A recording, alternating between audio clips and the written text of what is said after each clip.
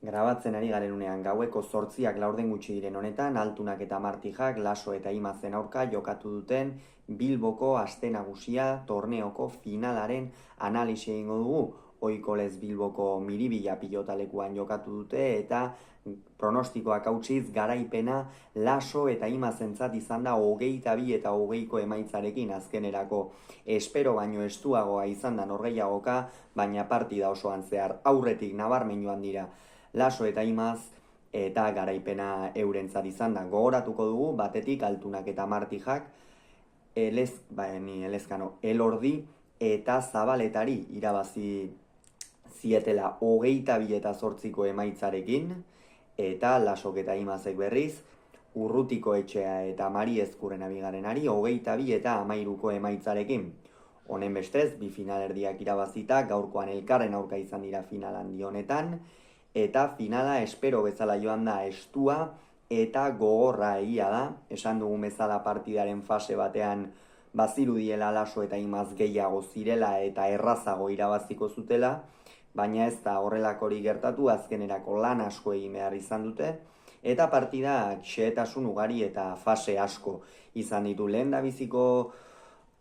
zatian edo partidaren hasiera behintzat, Laso eta Imaz ez ditugu ongi ikusi, hor pilota batzuk galdu dituzte, bai bizkarretarrak eta bai oihartzuarrak, eta halako hasierak normalean Jokin Altuna eta Julen Martija bezalako bikote baten aurka ez dira komenigarriak izaten, batez ere gero eurek oso gutxi galtzen dutelako, baina berehala erreakzionatu dute eta Unai Lasok lehen zatian ikeragarrizko partida jokatu du. Tanto asko amaitu ditu, batez ere ezkerra irez, Jokin Altuna berriz ezkerra irez kamutsago ikusi dugu, baina egia da, eta hau lau pilotarien inguruan doa, partida asko ari dira jokatzen, uda sasoia pilotarientzat oso sasoi gogorra izaten da normalean,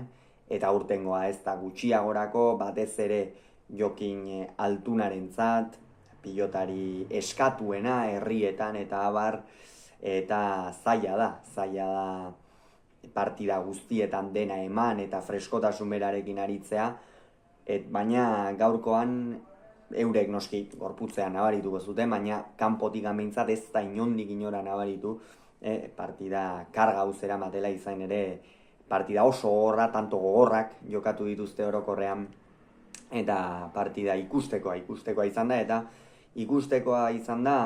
12 eta 6 aurreratu diren horretako esan dugun bezala Lasoren erakustaldia. Ander Imazek atzean Martija nabarmen dominatu du, Etxeberriko atzelariak ez du ohiko lez ia pilotari galdu, baina bai asko sufritu duela atzeko kuadro horietan, bai Lasok eta batez ere Ander Imazek nagusitasuna erakusi duen atzelariak noski asko inposatu dituzte. Jokinek apenas zuen aukera partidan sartzen zenean ere normalean baino distira gutxiagorekin ikusi dugu, partiden erreska noski hori kontutan hartzekoa da, baina bestalde batetik baita ere erremate batzuk eta txapara joan zaizkio normalean joaten ez zitzaizkionak, eta alde horretatik zortea ere ez du aldeko euki gaurkoan amezketako aurrelariak. Horren ondorioz esan bezala 12 eta 6 aurreratu dira, eta bigarren zatian ere nahiko antzeko joan da kontua. Egia da, pixkanaka Julen Martija ere tarteka Ander Imazi bizkarra erakusten hasi dela. Julen Martija ez da hola errenditzen den pilotaria, beti lan egiteko pronto dagoena da, partidaren faseak irakurtzen oso ongi dakiena, eta gaurkoan ere jakindu, eta bere unea iritsi denean ongi baliatu ditu aukerak, Etxeberriko atzelariak, eta gero berriz Ander Imazek momentu batzuetan ere sufritu dala, eta guztiz ere bigarren etenaldira 18 eta 11ko emaitzarekin iritsi dira. 7 tanturen aldea jada handia zen, jokoaren ekimena ere nabarmen urdinena zen, Laso oso ongi jarraitzen zuen, ezker airez luzimentu handiarekin, eta pilota luzatzen ere ederki, pilota mozten ere eta Altuna asko behartu dute, eta horrek partidaren amaieran ere eragina izan du. Altuna asko behartu izanak, baina 18 eta 11 aurrera partida erabat aldatu da. Jokin Altuna tantoak amaitzen hasi da, horrek noski Julen Martijari ere konfiantza eman dio,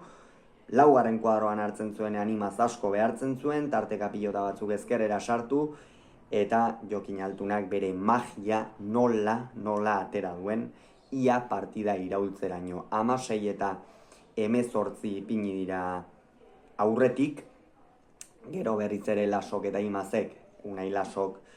txokoan eherki amaitu duen tanto bat izan da hori, 18 eta 19 zioa zen, tanto hori Altunak eta Martijak egiten bazuten Laso eta Imazi asko zailduko zitzaien horgeiagoka, baina Unai Lasok eherki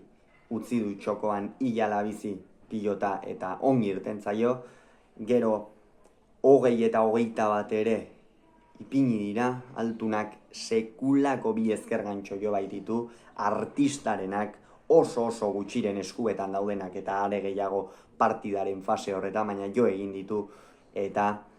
azkenerako Julen Martija galdu duen pilota batekin eman zaio amaiera norgehiagokari. Partida oso horra izan da, ez genuen espero hasieran alakorik, batez ere Lasok eta Imazek jada 18 eta 12ko errenta zutenean bigarren etenaldian ez genuen inondik inora espero, baina Jokin Altuna kantxan egonda lehiakortasun ikeragarria duen pilotaria da, baita Julen Martija ere, eta gaurkoan beste behin ere erakutsi dute azkenera arte, naiz eta galdu ez dutela amore ematen bi hauek. Hauxe beraz esan beharrekoa, Laso eta Imaz Bilboko aste nagusia torneoko txapeldunak dira, Unai Lasok 3. irabazi du torneo hau, eta hauxe izan da esan beharrekoa, hurrengoan gehiago izango zuen, txartan ongi izan, agur.